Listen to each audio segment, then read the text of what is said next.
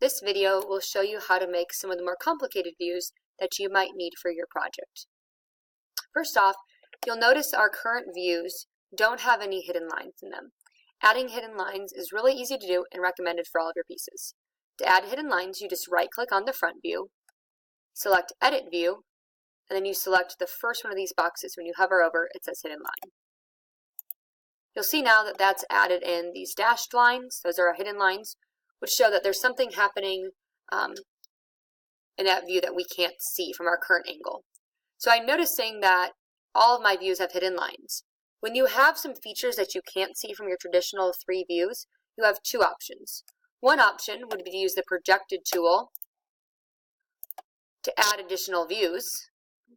Another option is to use what we call a section view. Section views are really helpful when you have an object that maybe is hollow on the inside or has some sort of unique feature on the inside. Because what it essentially does is creates a view where the object's cut down the middle. In this case, my object's hollow on the inside, so I'm going to use a section view to show the inside. In this case, you're going to click on whatever view you want to slice in half. I'm going to use my right view. And then you draw a line. Sometimes it helps to draw in. I like to do it right down the middle. Once you have your line drawn, that's where it's going to cut. You right-click and hit Continue. This is going to create a view for you, and then you can just click to drop it into place. And now you've got a view that's been cut down the middle. These slashes throughout just indicate that it's a section view. So that's one of the specialty views that you can use. The second specialty view is what we call a detailed view. I'm going to switch over to another part for a minute. A detailed view is used when you have a small feature that you have trouble seeing because it's too small for your current view. For example, I've got like this little bump on the side of my pen casing. You can see it hard in my top view, but from the front view, it's really hard to see what its shape looks like.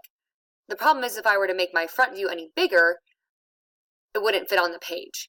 So to highlight just this small feature, you click on the Detail button, then you select the view you want, and then sometimes it helps again to zoom in for this part.